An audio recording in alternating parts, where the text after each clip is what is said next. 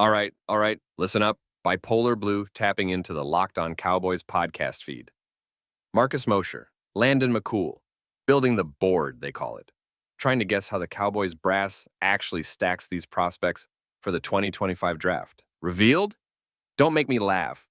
Let's see if their crystal ball is any clearer than mine, or if it's just more pre-draft smoke and mirrors. Before we dissect their board, if you're trying to navigate this draft chaos right along with me, if you need to know what might really happen, crush that like button. And if you haven't embraced the madness yet, subscribe and ring the bell. Let's figure this out together. Okay, Landon's playing Will McClay. Marcus is helping out. Let's see this board. Number 1, Travis Hunter. Okay, duh. Elite talent, two-way player. Dion connection, makes sense. Number 2, Abdul Carter. Again, obvious top-tier talent. Locked On agrees there's a drop-off after these two. No arguments there. But then, number 3, Landon's kicking around Jeanty, Warren, T-Mac, but lands on Amarius Mims, the offensive lineman. Okay. McCool immediately brings up the Cowboys' love for offensive line thresholds. Positional value rearing its head early. Marcus even questions putting Jeanty, 3-player, below Mims because would they take him at 12? See? They're already trying to galaxy brain this like the Cowboys probably will. Don't window dress the board, rank the talent. But okay, Mims at 3, fine. Next up, Mason Graham, defensive tackle. At 4, Tyler Warren, tight end at 5. Will Campbell, offensive lineman at 6. So, 3 offensive line, defensive tackle, tight end types in the top 6 after the 2 unicorns. Starting to feel very safe, very Cowboys. McCool notes Campbell's shorter arms, wondering if he drops. Good point. Where's McMillan? He finally lands at number 7. Okay, about right for a top wide receiver. But then, Ashton Jeanty at 8. 8! Landon thinks they still value Jeanty that highly despite the running back position, even over guys like Loveland, or maybe even Will Johnson initially. That's interesting. If Jeanty's really their 8th best player, passing at 12 would be criminal. Then Will Johnson, cornerback, at 9. McCool immediately questions the arm length threshold again. Can they draft a top cornerback with short arms at 12 over McClay's dead body? Exactly. So he's number 9, but maybe undraftable at 12 for them? Classic Cowboys. Cam Ward, quarterback, rounds out the top 10. High grade, but unreachable. Fine.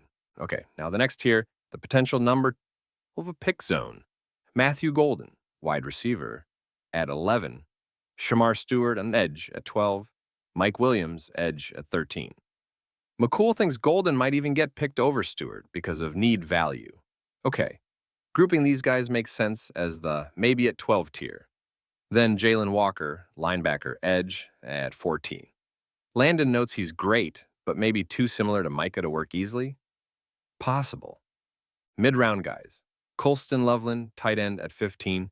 Jihad Campbell, linebacker, at 16. Solid players. Then Josh Simmons, offensive tackle, injured, at 17. Mike Green, edge smaller, at 18. Kenneth Grant, defensive tackle, at 19. Kelvin Banks, offensive lineman, maybe guard, at 20. Derek Harmon, defensive tackle, at 20.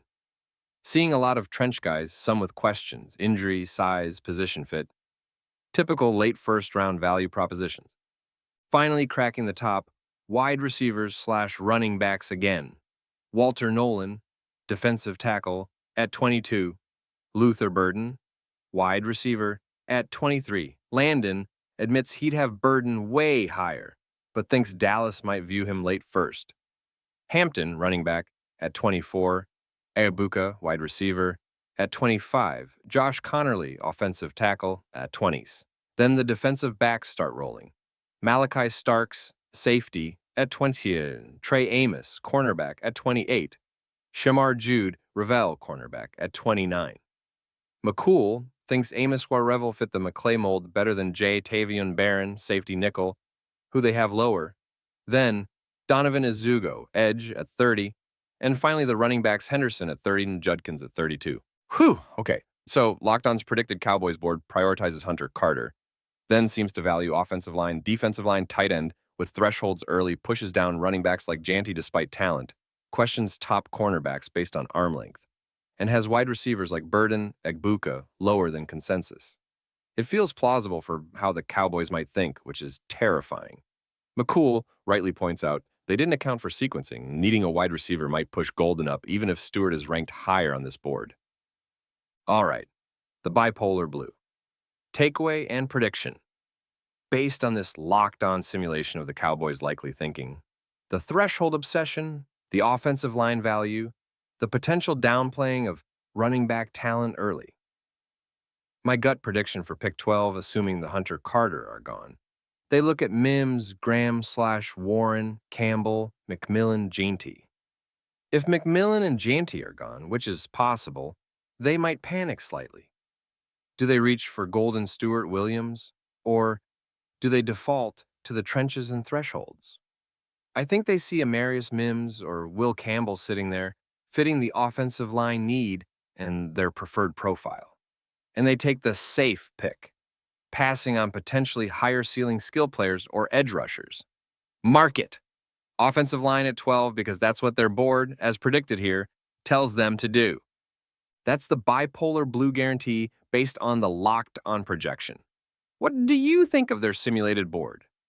Is this how Dallas sees it? Who are they taking at 12? Let me know your thoughts. Bipolar Blue out.